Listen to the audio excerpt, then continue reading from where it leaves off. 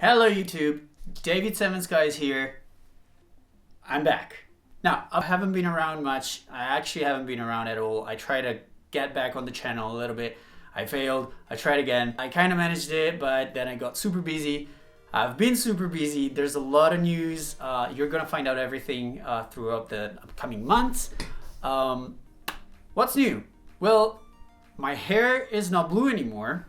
I'm not sure I'm gonna stick with the blonde. I'm probably gonna go back with the blue because it's part of the brand now. Anyway, not super important. My website, standalone-music.com, it's finally been updated. It's online, go check it out.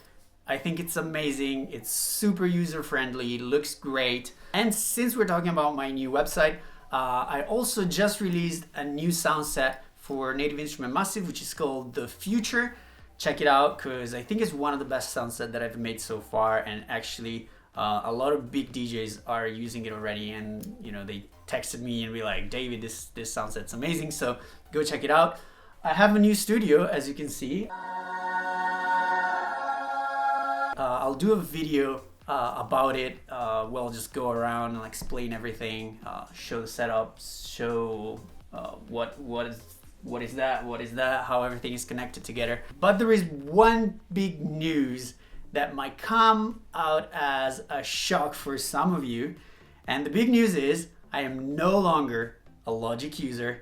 I am a very happy, or at least 9 out of 10 satisfaction rate, level, whatever, Ableton Live user. And since pretty much all over my social media, a lot of people have been asking me, why did I switch?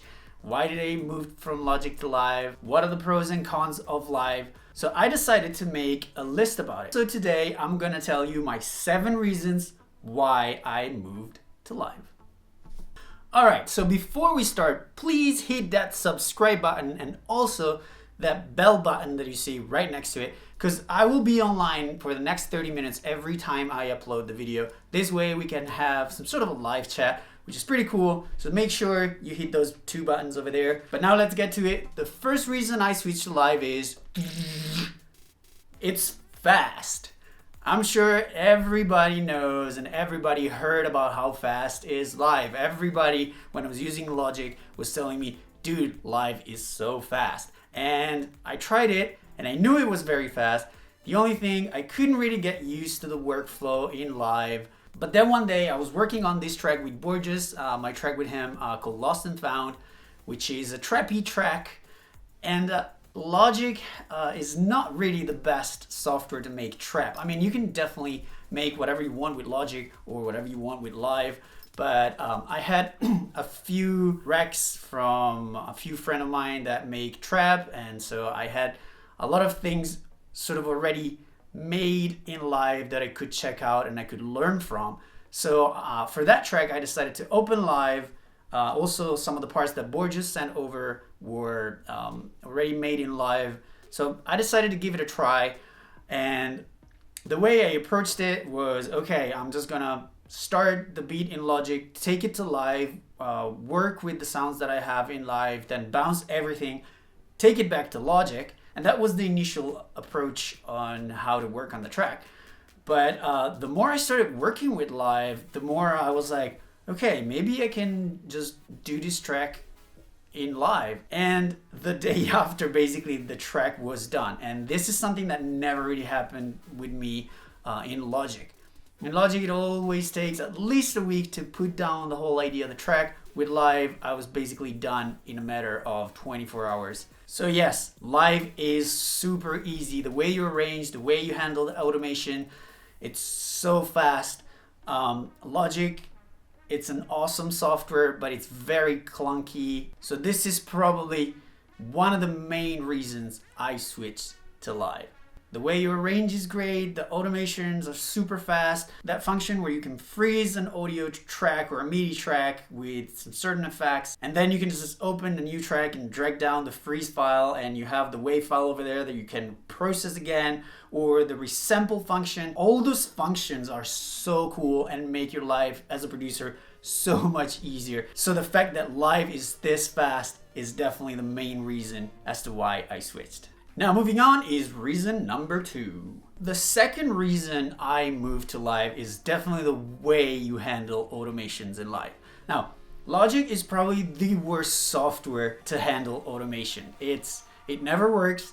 Automation are delayed when you're looping. Sometimes it doesn't catch the automation. Sometimes you're exporting the final project.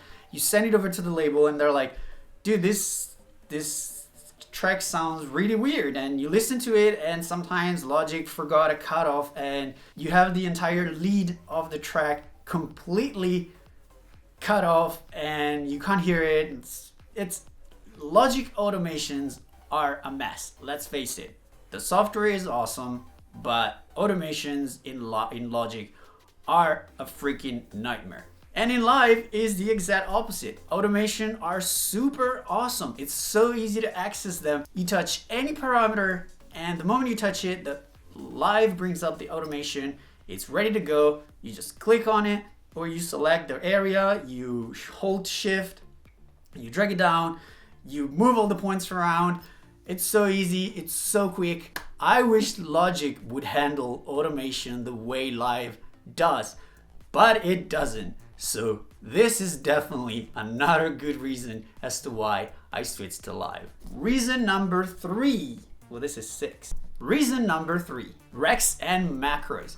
Now, if you're familiar with Live, obviously you know what I'm talking about. If you are a Logic user, Cubase user, FL Studio user, you might know it or you may not know it. So macros and recs are basically a collection of effects that you put all together in a group.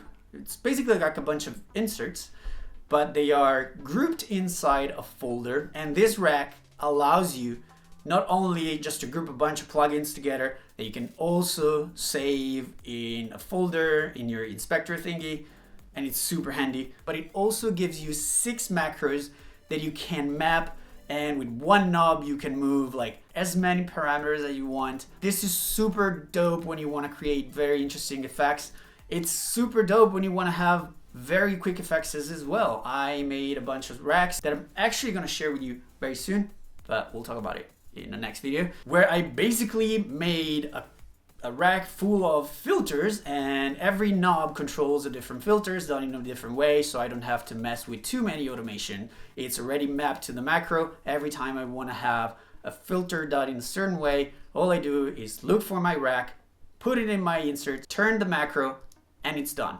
Macros are so awesome. I wish Logic had it. It does. They tried, but I think they failed miserably. So this is another point for Live. At reason number 4, we find the built-in plugins. Now, Logic has had some of the best built-in plugins ever since I started making music. Logic built-in plugins were definitely the best ones. Cubase really sucked back in the days. Now I think it's a little bit better. FL Studio definitely has some really cool plugins, but Live to me has definitely the best plugins when it comes to modern electronic music. The OTT, yes, I know that there is an OTT version for Logic and Cubase and all that stuff, but I really like the original Live OTT. Then you'd be surprised, but I actually really like it. Built-in reverb, I think it's amazing. A lot of people hate on it, but to me, ever since I moved to Live, it has been the only reverb plugin that I used. The glue compressor is really cool. Obviously there is the actual original The Glue, but it's definitely nice to have it there. But the most useful plugin in Live is definitely Simpler and Sampler, especially with nowadays music where you have all these sample voices and sounds. Simpler and Sampler is definitely a lifesaver. Works super good, super quick. You just drag your sample down, it brings up a sampler, you can turn it into a sampler. With Logic, the only way to do it was to right click, send it to an EXS24, and then save the EXS24, but you would only have it in the project where you were doing that. It was very confusing. So Simpler and Sampler for the win. Ableton Live built-in plugin win the match, and we move on to reason number 5. Reason number 5 is that, in my opinion, Ableton Live is very focused on electronic music. The thing with Logic is that it is a very professional software, and it has to make a lot of people happy. It has to make producers happy, but it also has to make mixing engineer people happy. It has to make mastering engineer people happy. It has to be a great tool to record vocal, to record synthesizer, to score a movie, to do a lot of things. And so they have this software where they basically jammed as many functions as they could to make as many people as possible happy. And I feel like this doesn't really happen in live. It just feels that live was made to make electronic music. Yes, you can record guitars, you can score a movie if you want, but I definitely wouldn't use it for that. In fact, every time I have to record something, I tend to go back to Logic, because especially takes, punch in, punch out, are handled way better in Logic than they are in live. However, I don't do that very often, and that's why live works perfectly fine for what I have to do. Reason number 6, file management. Live handles file in such a good way. It makes it super easy to find what you're looking for. You just type, which is something that I don't know why Logic has never done it, especially when it comes to plugin. If you need the Pro Q in live, you just go to the VST folder, hit Pro Q, and it'll bring up Pro Q. You'll just drag it in your insert and you're done. With Logic, you have to go find it, find the menu, find the Pro Q, and you obviously have a million plugins installed. And yes, they did this new function where you can put your favorite plugin, but if I have 100 favorite plugins, I'm still back to the starting point. Can't they just make a search? Also, the fact that you can save your own rack, saving your own instrument, put them into folders, sorting your sample, everything is done in such a good way. The browser doesn't take too much space, which is something I always hated about Logic, because the browser for the instruments on the left, browser for the samples on the right, and they're huge. I always hated it. I never used it. With Live, I finally started using all those samples because it's so easy to get to them. And the last reason is, it's gonna be in the next video. No, I'm joking. The last reason is, it's a new DAW, it's a new challenge. I've been a Logic user for I think 7 years, and I got so used to it. I could do everything I wanted.